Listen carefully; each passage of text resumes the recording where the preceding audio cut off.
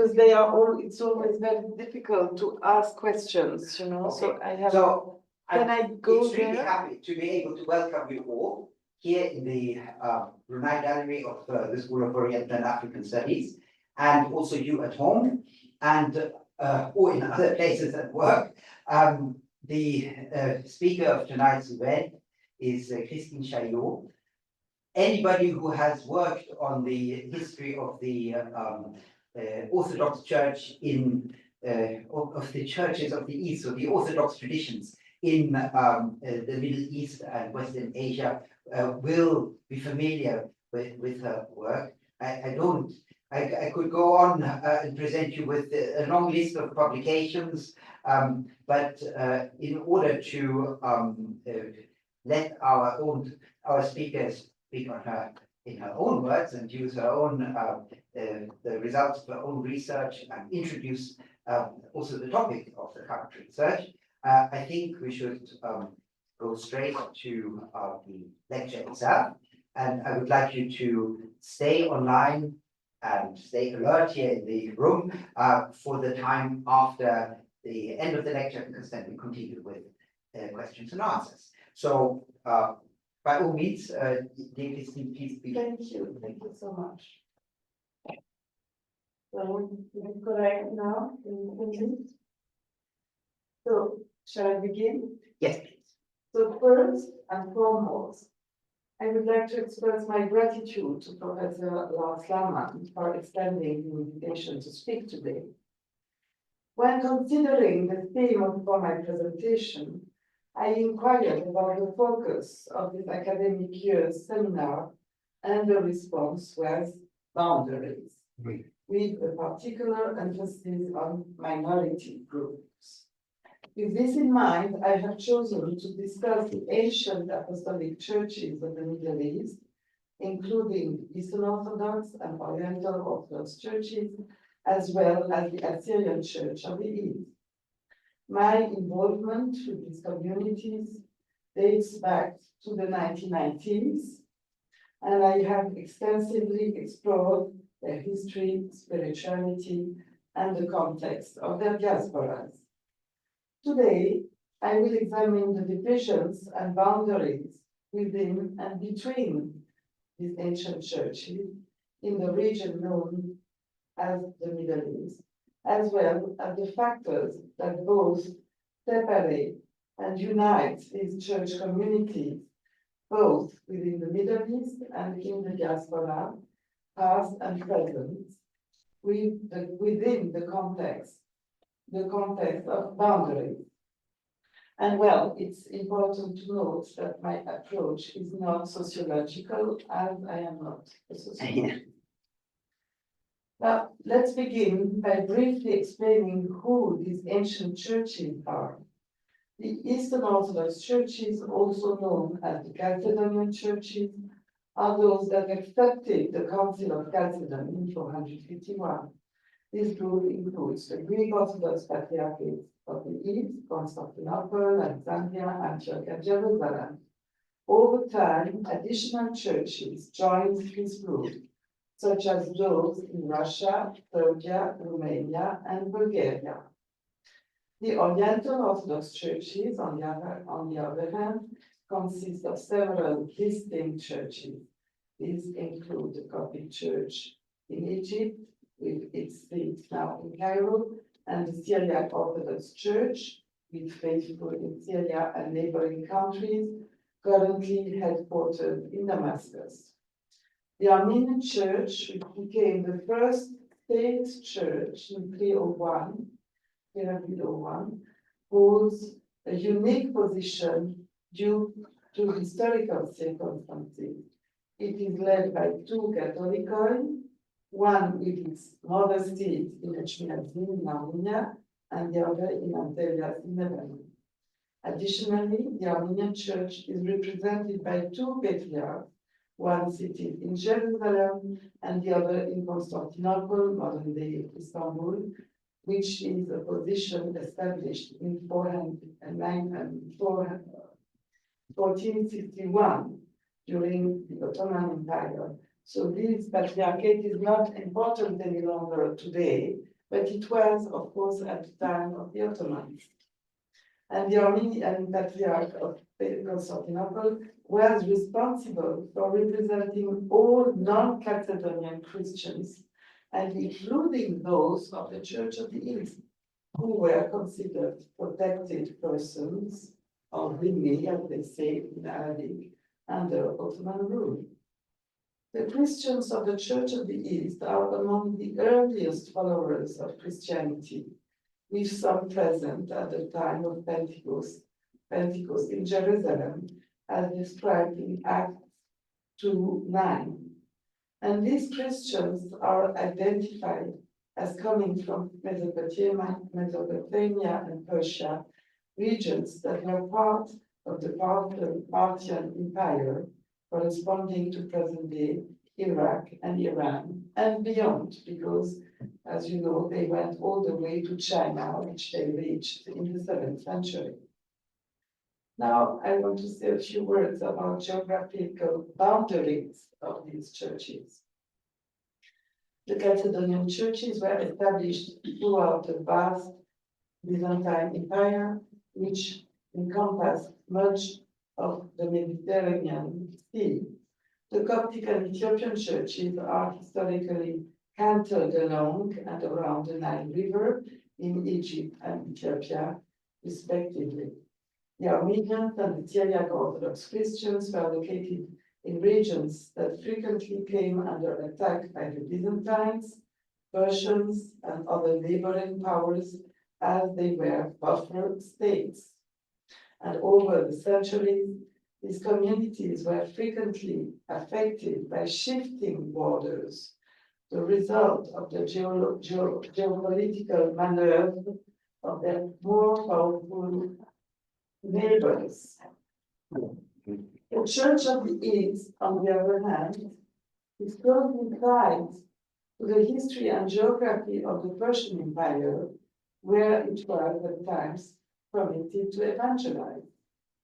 And its geographical reach extended primarily eastward, spreading through Central Asia and along the Silk Road to China, which is reached as early as the 7th century, and this is what is explained now in the wonderful exhibition at the British Museum. And I heard that Professor Warman has cooperated for organizing this exhibition with some of his students, which is of course very nice. The Church of the East can thus be described as the profoundly Asian church, and for a more detailed exploration of this topic, we can refer to my book entitled The Church of the East, History and Geography, because of course you cannot understand history without knowing geography. Since the Arab occupation of the Middle East in the 7th century, the new Muslim empire, like the Byzantine Empire before it, had no rigid borders, which facilitated contacts and relations among Christians in the Middle East, allowing them to move relatively freely. However, this situation changed dramatically after the fall of the Ottoman Empire in 1922, and in the contemporary periods, borders in the Middle East, particularly in countries like Iraq, Syria, Israel, and Iran, have often been tightly controlled or locked down. And my friends from Mosul, who are here with us tonight, will not contradict me, because of course it was very difficult for Christians, let's say Syrian Orthodox Christians. Some were living in Jazeera, in northeastern Syria, others just 50 kilometers away, but in Iraq, you know, and they were families and they had no chance to meet each other for decades sometimes. So at the time of the Ottoman, of course, they did not have the problems that we are facing today, borders problems. Yeah. It is a common misconception to categorize all the inhabitants of the Byzantine Empire as Greeks.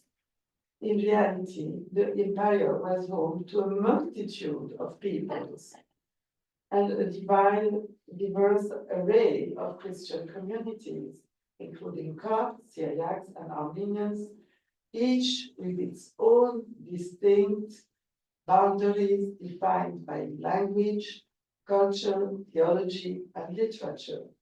And these ancient Christian communities maintained not only ethnic and linguistic boundaries, but also historical and political ones.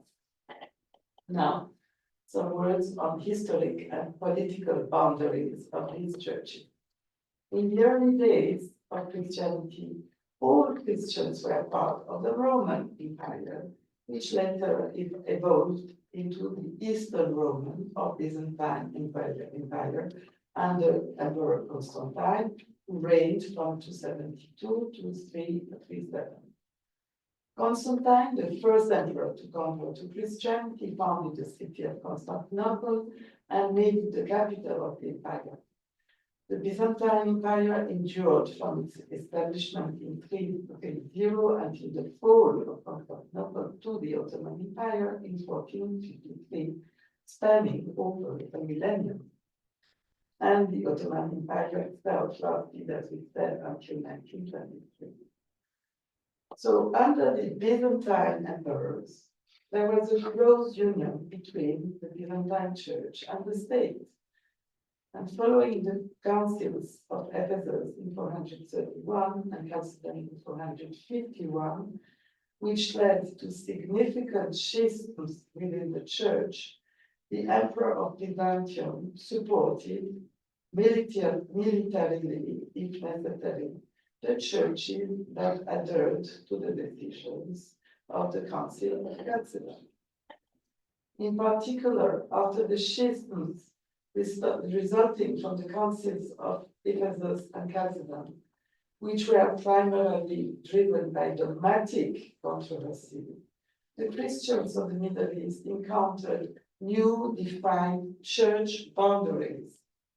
And the Copts in Egypt, the Syriacs in what is now Turkey, northern Iraq, and Lebanon, as well as the Armenians, found themselves within their ancestral homelands, but under the dominion of the powerful Byzantine Empire, which controlled the entire Middle East and beyond. The situation of the Church of the East was somewhat different, as its patriarchal seat was first located in the Persian Empire, specifically in Seleucia Ctesiphon, which was the empire's capital, not far from Baghdad. The Persian and Byzantine empires were two of the most powerful empires of their time, and as rivals and enemies, they were engaged in continuous conflict and for centuries. Because the Church of the East was based in Persia, it was viewed by the other Christians in the Byzantine Empire as a political enemy, you see. And that is also, we can say, another form of boundary between the Christian communities of the time. In fact, historically, the Church of the East has often been marginalized, almost as if it did not exist, and which I find very sad.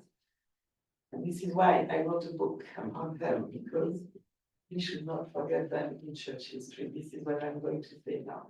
Sebastian Bock attributes this to the fact that the first book on church history, written by Eusebius of Caesarea in the 4th century, focused exclusively on the church within the borders of the Roman Empire, that is Eastern Roman, that is the Byzantine Empire. Eusebius did not mention the Church of the East, which was then known as Nestorian, because it existed outside the boundaries of the Byzantine Empire. Eusebius completely neglected the Church of the East, and unfortunately, this exclusion persists even today, as many recent articles and books on church history continue to overlook or fail to mention the Church of the East. And this reflects a boundary created by historical prejudice. Now, what about dogmatic boundaries of these churches? The earliest divisions among Christians began after the councils of Ephesus in 431 and Chalcedon in 451, which led to the emergence of dogmatic boundaries, what I call dogmatic boundaries. The Council of Ephesus saw the separation of the so-called Nestorians, now known as the Assyrian Church of the East. Similarly, the Council of Chalcedon in 451 resulted in a split with Christians in Egypt and Syria who rejected the new Christological terminology introduced by the Council. And these events established lasting dogmatic boundaries between these communities and the Chalcedonian churches until today. What were the origins of these dogmatic boundaries, which were primarily Christological in nature? At the Council of Chalcedon, some churches in Egypt and Syria refused to accept the Council's new terminology, which describes Christ as having two natures, and in Greek, nature, the Greek word is phys. And so I repeat the sentence, they refused to accept the Council's new terminology, which described Christ as having two natures, one divine and one human. So these communities preferred to adhere to the Christological terminology of Cyril, Patriarch of Alexandria, from 412 to 444, who spoke of one incarnate nature of Christ, the Word. In Greek, it's mia physis to theologos et apomeni. This expression, one nature, of mia physis in Greek, was labeled as monophysite and heretical by those who accepted the Council of Chalcedon.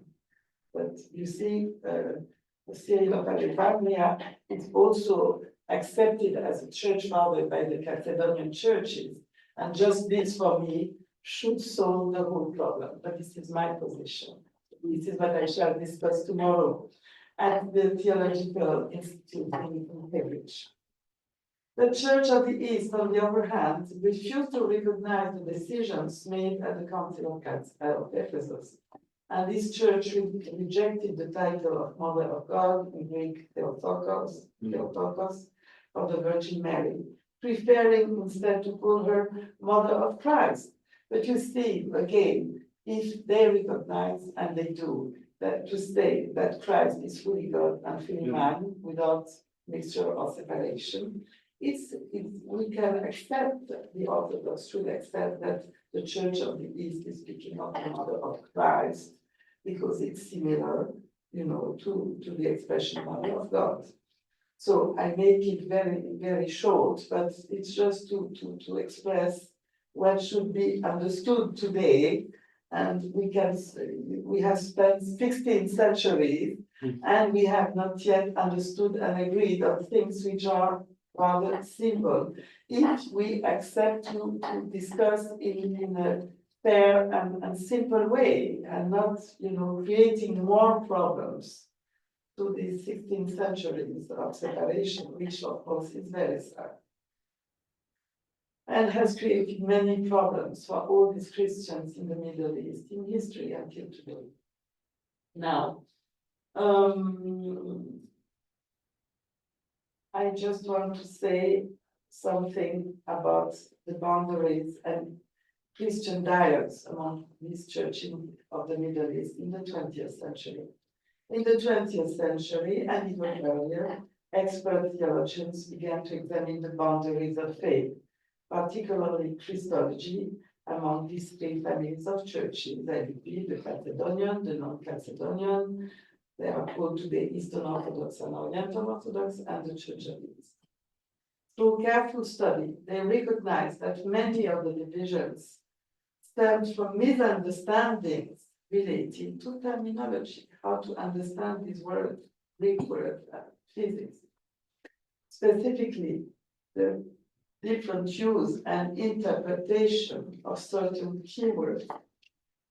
At the Council of Chalcedon, the terminological issue cantered around the Greek word physis, in English, nature, natures, while at the Council of Ephesus, the Syriac word pneuma, and we say pneume in the plural, that is hypostasis or hypostasis, this in the plural, became a point of contention. As you may understand, even though theologians, the Christological expression of St. Cyril of Alexandria previously mentioned should be understood as miaphysi rather than monophysi. This expression, miaphysi, affirms both the divinity of Christ, that is, Christ the Word, and his humanity. You know, when in the expression of Cyril, which I mentioned before, we speak of one incarnate nature. So we does speak of the humanity of Christ in his expression. So this is why we have to analyze and consider the whole sentence and not only the word physis, because this is misleading from the beginning. So we speak of a single yet composed nature, comprising both the divinity and humanity of Christ without any mixture or division. And I repeat, without any mixture or division. This is fundamental for any theological dialogue between these churches. In the 20th century, the Eastern and Oriental Orthodox churches, that is Chalcedonian and non-Chalcedonian, began engaging in theological dialogue. Since 1964, these dialogues have led to a common Christological understanding and a shared profession of faith. Regarding the Council of Ephesus, that is about the Church of the East, there was also a significant terminological and Christological misunderstanding, as explained by Sebastian Brock in his article, The Nestorian Church, a lamentable misnomer. The misunderstanding arose from the translation and interpretation of the Syriac word norma, as I said before, and gnome in the plural. These terms should not be translated as indicating two persons, as this translation contributed to the confusion. Consequently, the Church of the East does not hold a Theophysite Christology, that is, one that posits two persons in Christ, which would be indeed heretical. Unfortunately, the Church of the East has historically been mislabeled as Nestorian in a negative and misleading way. And I think this is very important to know for your students, because, you know, maybe they are not interested in theology, but I think, and so these names are still used, Nestorian, monophysitic, and I speak as, you know, from a theological point of view, I think it's great time for them. This is why I give all these explanations, which may be, you know, a bit long, but it should be clear one forever, you know, when they read, because they find this old terminology of Nestorian and monophysitic, and I think now it's great time to stop and explain all these things. So, sorry, but that was a good chance, because the students don't like to hear about theology, so that I think it's a good chance to do it. To address these misunderstandings, in fact, I finished about the Church of the East, signed a Christological agreement with the Catholic Church of Rome in 1994. So the misunderstanding in terminology was understood and accepted by the Catholic Church. However, such an agreement has not yet been reached with the Eastern Orthodox and Oriental Orthodox churches and the Church of the East.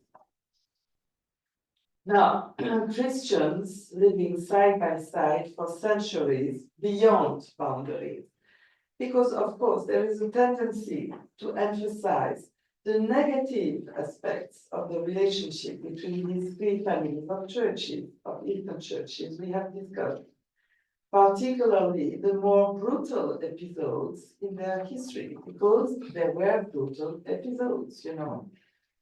You can read Michael the Great, for instance, in the history he has written in he's from the Syrian Orthodox Church. There are other texts, of course, speaking about this brutality. However, it is important to recognize that there have been also numerous positive interactions. For centuries, these communities lived side by side, sharing various aspects of daily life and cooperating in many fields, creating a rich tapestry of interwoven relationships that continues to this day. And of course, including many mixed marriages in the Middle East, especially when you go to Lebanon, you hear that people of the three churches, you know, they all married together. While we have explored the factors that have historically separated these churches in the Middle East, it's also essential to consider what unites them. On an ecclesiological level, all the Oriental churches share significant commonalities, particularly in their understanding of church organization, sacramental and Eucharistic life, and Christian life living in general. Practically, they experience church life similarly, especially at the spiritual level.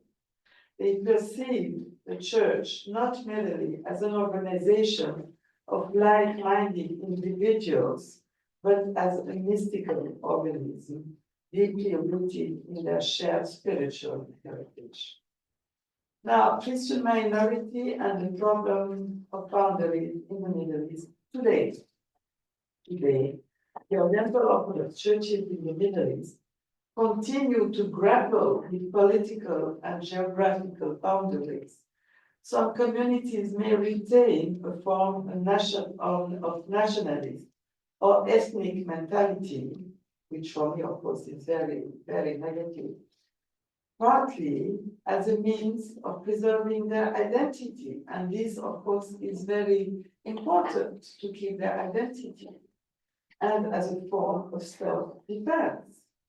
This is especially true for Christian communities, particularly Armenian and both West and East Syriac, that is, the Syrian Orthodox Church and the Church of the East, which nearly vanished or did disappear in certain areas following the 1915 genocide. Because we see the results of the genocide until today.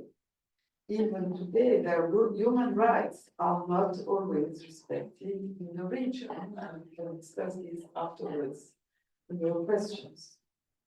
As Christians in the Middle East, they share a common destiny shaped by centuries of shared experiences, including wars and persecution in recent decades. In this predominantly Muslim region, they must come to terms with their reality as Christian minorities. And despite these boundaries, they strive to share their common heritage with other Christians through various forums, such as the Middle East Council of Churches, which has a seat now in Beirut, in Lebanon. In fact, these ancient churches have much in common, both in church life and in their daily existence, whether in their countries of origin or in the diaspora. And now I'm going to speak of the boundaries and Christian minority groups in the diaspora today. In recent decades, and even earlier, many Christians from the Middle East, including Oriental Orthodox, Eastern Orthodox, and members of the Church of the East, have left their homelands due to wars and conflicts. Today, in the Middle East, these Christians were, and still are, considered minorities in their countries of origin. And they have settled across various continents, particularly in North and South America. We should not forget South America, Europe, Australia, and parts of Africa. These Christian groups continue to be seen as minorities in their new diaspora contexts. This new reality challenges traditional ecclesiological and canonical frameworks. And in the diaspora, new boundaries emerge, not so much territorial or political, but rather cultural, sociological, and even religious.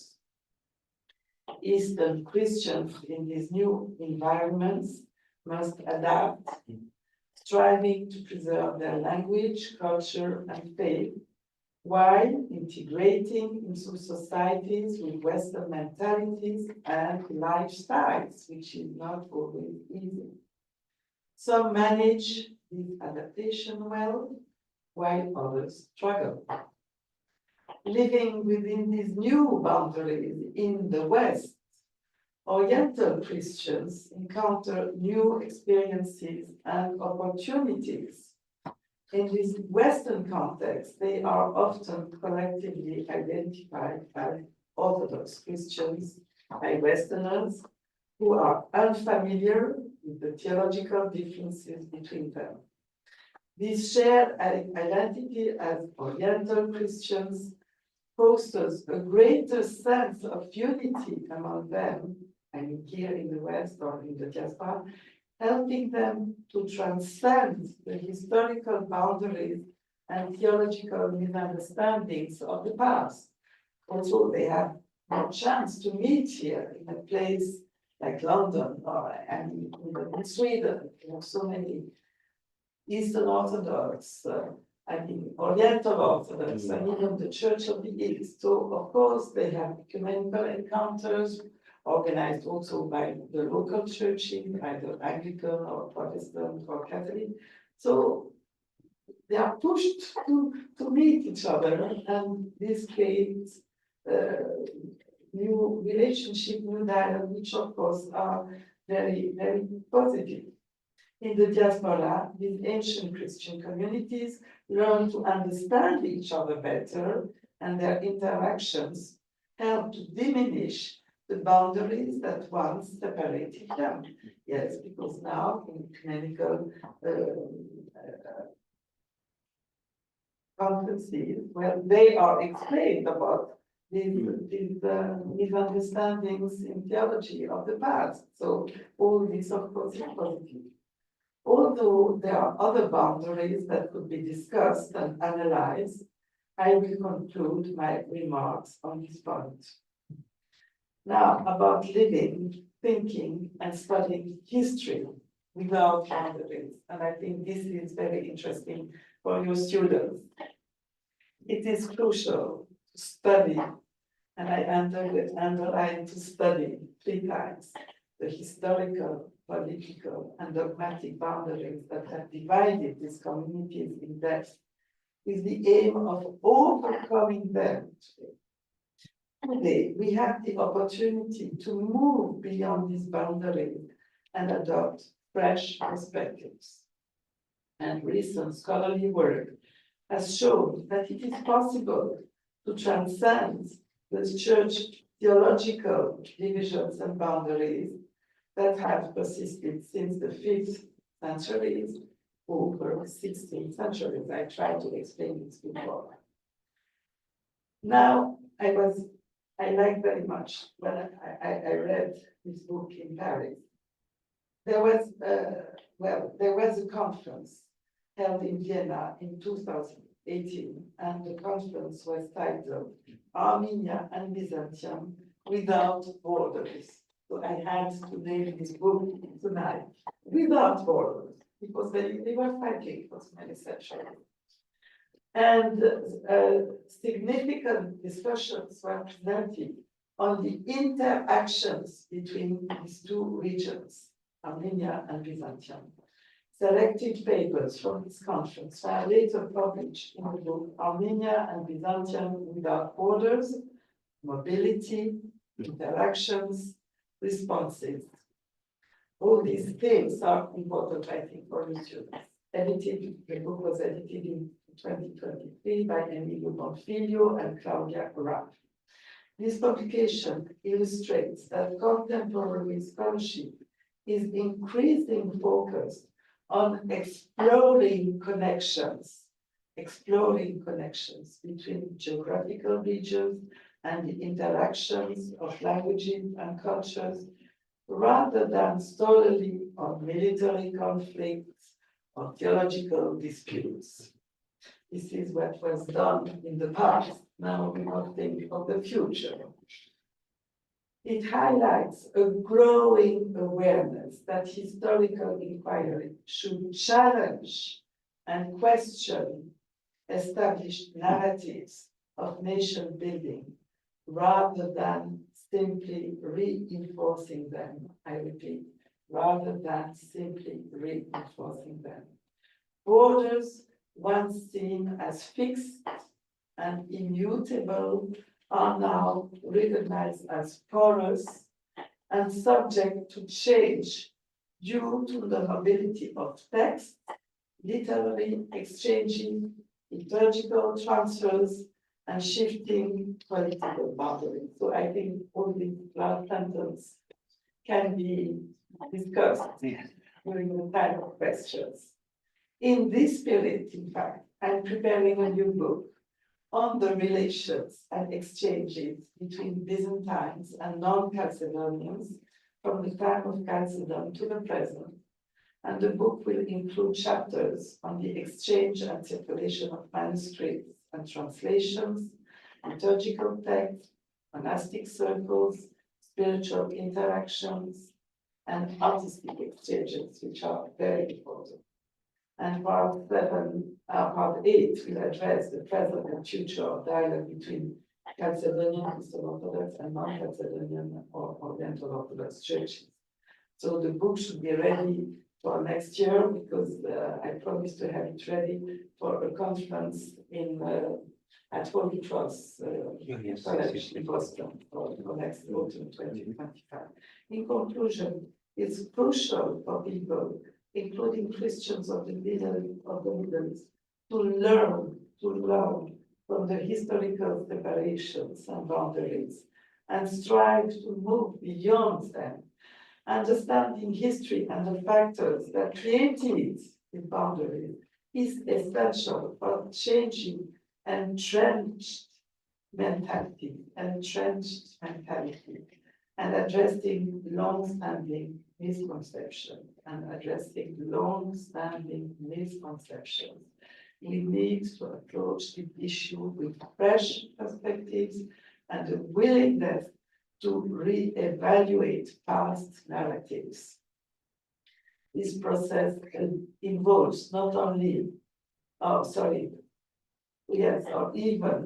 this process involves even historical and theological analysis and also exploring the impacts of nationalism, which for me has a heavy weight in history and in our minds. So I say also exploring the impact of nationalism and psychology on relations and dialogue.